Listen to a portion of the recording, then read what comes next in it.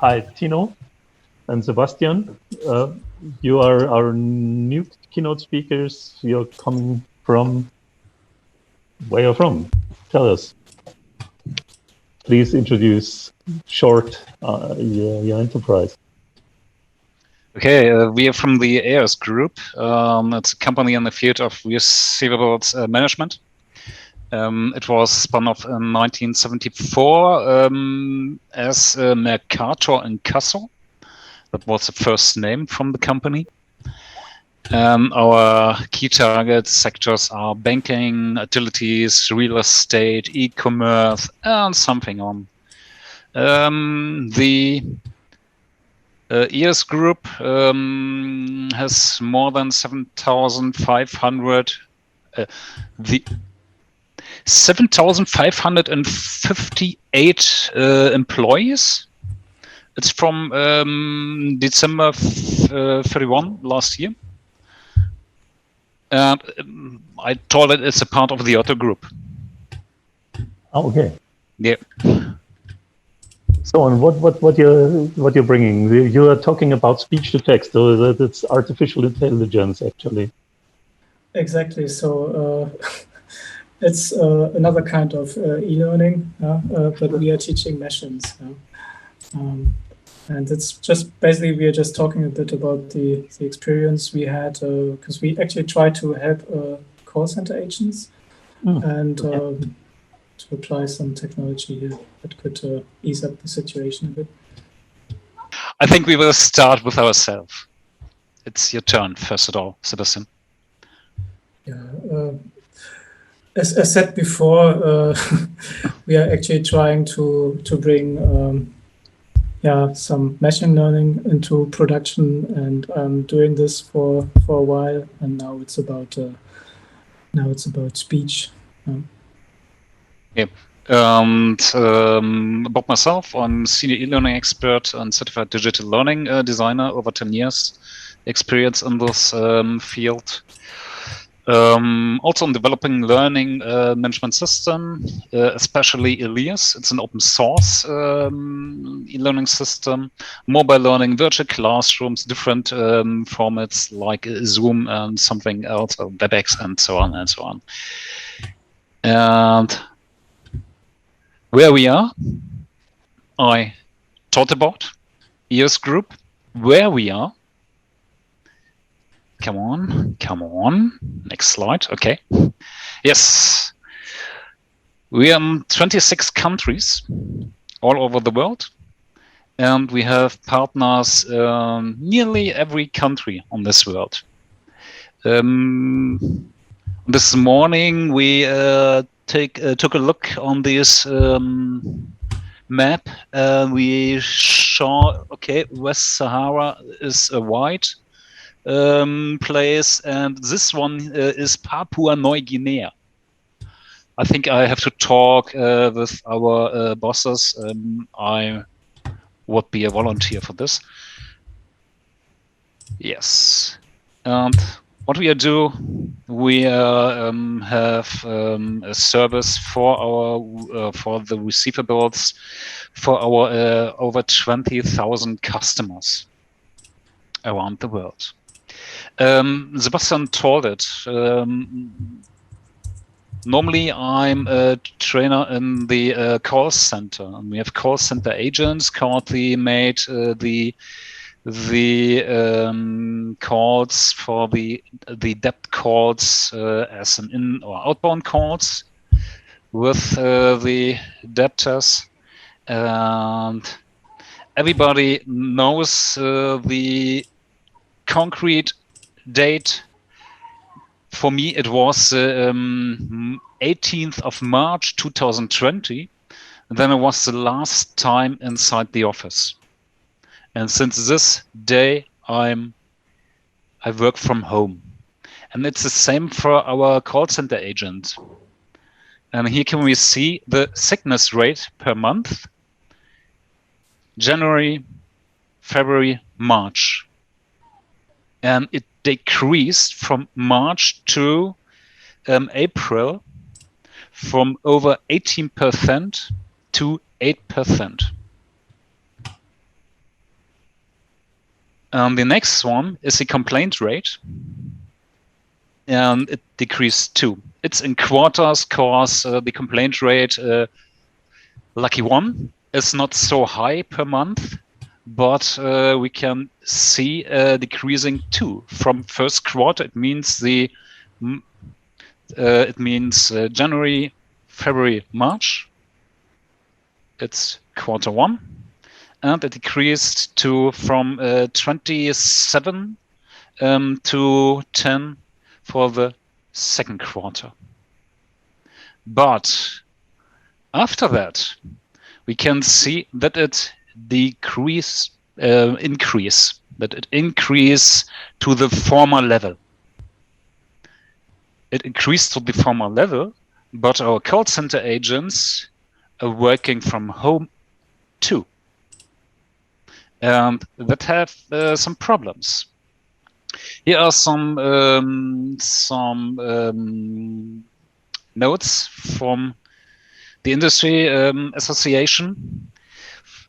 At the beginning of the pandemic, 39% of the call centers around Germany have over 19% of their employees in remote work. Beginning of July 2020, 72% of the companies of all call centers in Germany have around 70% of employees in remote work. And then they ask the call centers, what will you do after the pandemic when it ends? Hopefully this year. 28%, and it means EOS Group 2, will permanently deploy their employees in remote work. And we have some problems with that, because the agents will continue to work from home. It depends. It's the framework, the right. It means the flat must be big enough. They must have a room which is which I can lock, which is lockable. And another problem is that the insults and aggression by callers is absolutely increasing. Oh, yeah, of course, I do. And there's no possibility to talk directly. It's no possibility for the call center agent to talk directly with colleagues or with the manager. The mental health suffers increasingly. And yeah, mostly they don't talk about, or they don't tell us that one, and they play it down. That is the basic. And now I will give up to my wonderful colleague. Okay, wait. Yeah, unfortunately, I cannot share my screen, so I also can't share the code with you. But okay, let's see if this still works, kind of. Sorry. Yeah, so the idea basically is just, I mean, you start your day with a bad call, and basically you just continue in the same excellent mood, right?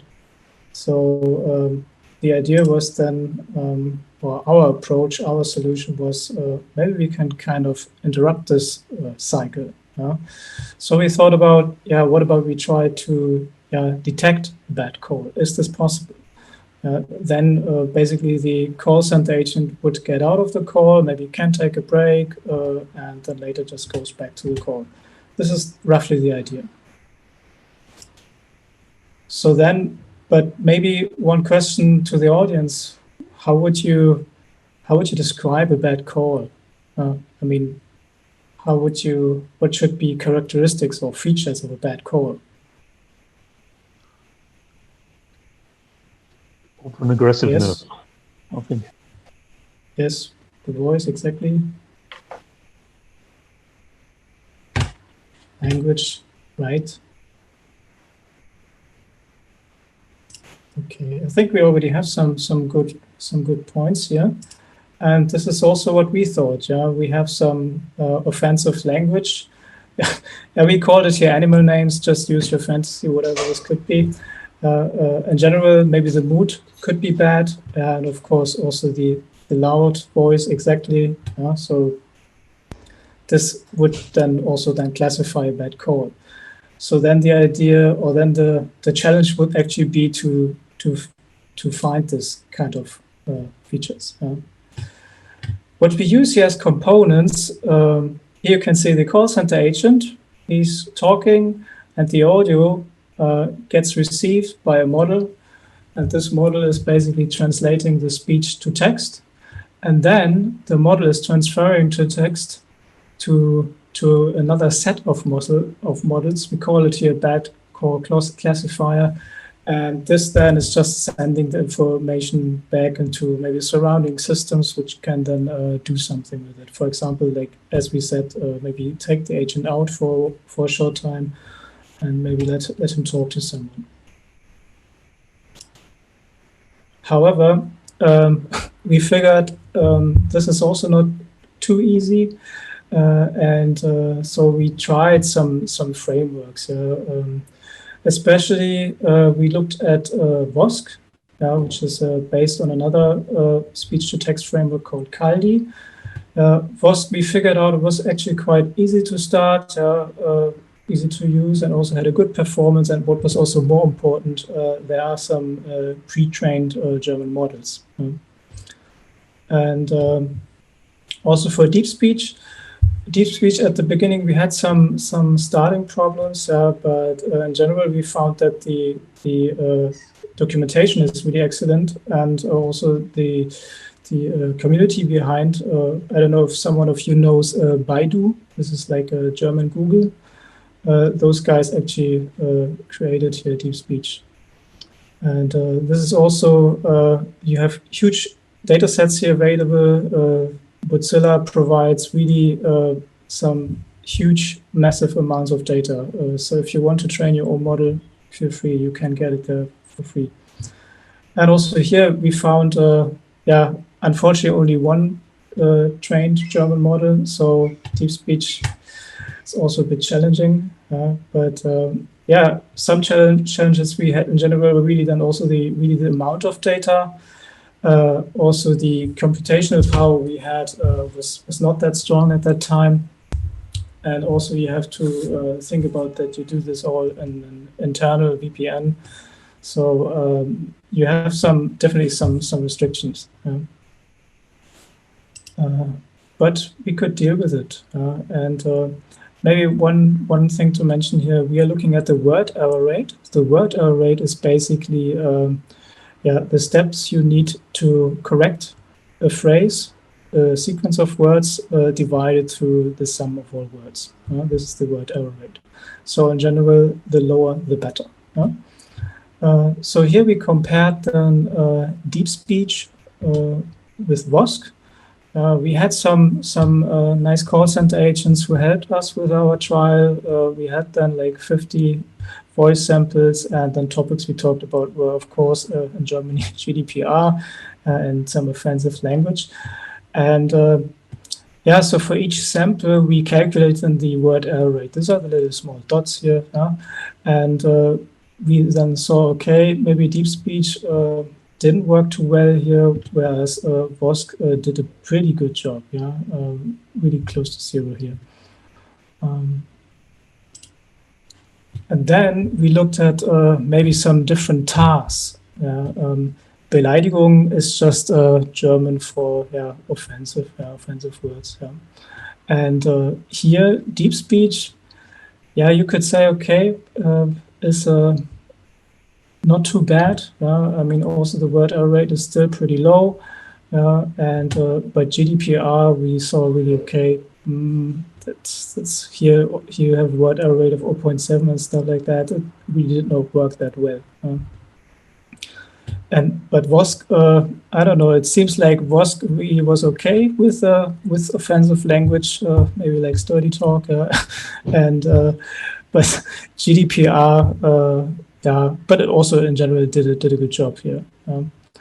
But even so, we compared.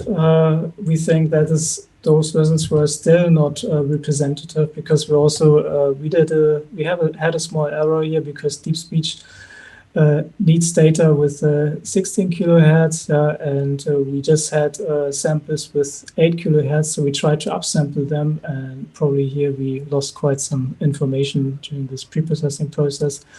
And that also we found then out later. There were some errors in the transcript, so these results are so far not really representative. Yeah, so the next challenge was then the so-called bad call classifier. So this is really the part then which is working with the text itself. And it's really amazing. I mean, how many tools are there available that you can use just out of the box? I really recommend you check out Hugging Face. It's awesome what you can try there.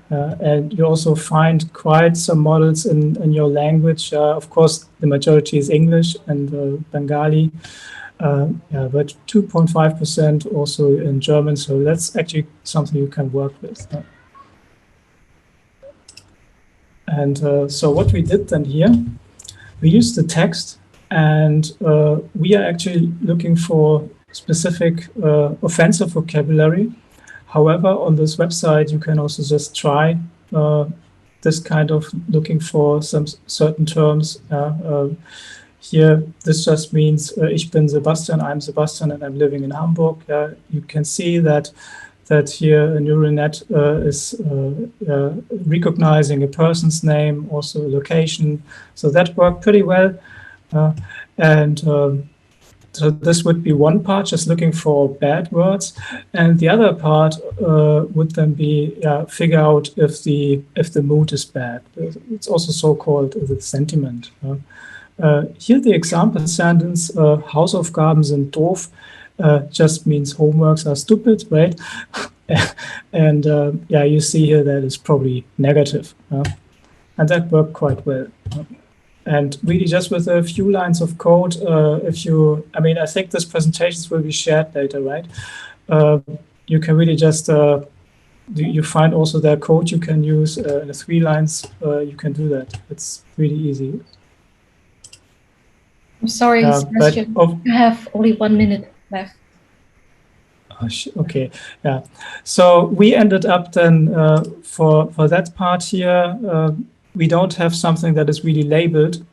So we are now trying to label this manually. For this, we use Tucano. If you work with unlabeled data, I can really recommend it. Now I want to show you something, but since I don't have admin rights, however, we saw that it's actually really working, that we could really reduce the stress level in the call center. The results look really good, and we are trying to work here. We have to work here GDPR line. This is extremely important in our organization, and of course, everything in cooperation with the Workers' Council. And so later we also think that we can guide the agent through the call and kind of automate the interaction, and also then try to connect the best match for the user intent and the agent. Last but not least, data science is a sport. So I also want to thank 2 of my colleagues who were working really hard on that stuff. David and Avari. Thank you, guys. And also last but not least, we're also looking for data scientists. In case you feel motivated, please feel free to apply here. And I think that's it. Thank you very much, guys.